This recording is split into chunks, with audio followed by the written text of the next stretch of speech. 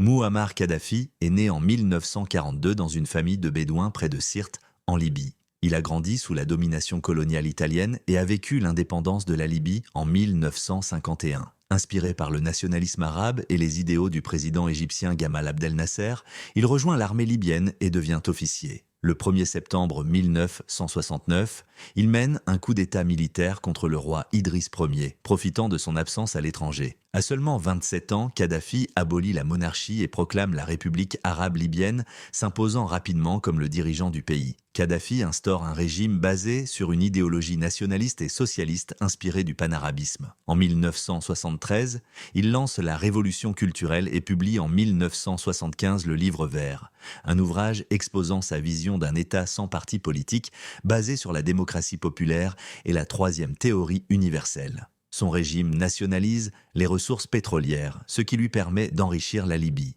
Il adopte une politique anti-occidentale et soutient divers groupes révolutionnaires à travers le monde, ce qui lui vaut des tensions avec les États-Unis et l'Europe. Année 1980, la Libye est accusée de soutenir le terrorisme international, notamment l'attentat contre un vol de la Paname au-dessus de Lockerbie en 1988.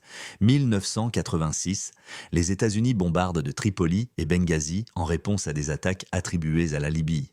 1992-2003. L'ONU impose des sanctions à la Libye en raison de son implication présumée dans l'attentat de Lockerbie. Retour sur la scène internationale et réforme dans les années 2000, Kadhafi tente de normaliser ses relations avec l'Occident. Il abandonne ses programmes d'armes de destruction massive en 2003, ce qui mène à la levée des sanctions et au retour des investissements étrangers. Cependant, malgré des réformes économiques, son régime reste autoritaire et réprime toute opposition. En février 2011, dans le contexte du printemps arabe, une révolte populaire éclate contre Kadhafi. Il réprime violemment les manifestants, mais une guerre civile s'engage. Une coalition internationale menée par l'OTAN intervient en mars 2011 pour protéger la population. Après plusieurs mois de conflit, Kadhafi est capturé et tué par des rebelles le 20 octobre 2011 près de Sirte, marquant la fin de son régime après 42 ans de pouvoir. La chute de Kadhafi plonge la Libye dans le chaos avec des milices rivales et des gouvernements concurrents. Son régime est aujourd'hui critiqué pour son autoritarisme,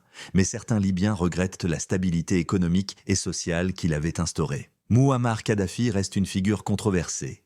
Entre dictateur brutal et leader nationaliste ayant cherché à affirmer l'indépendance de la Libye sur la scène internationale.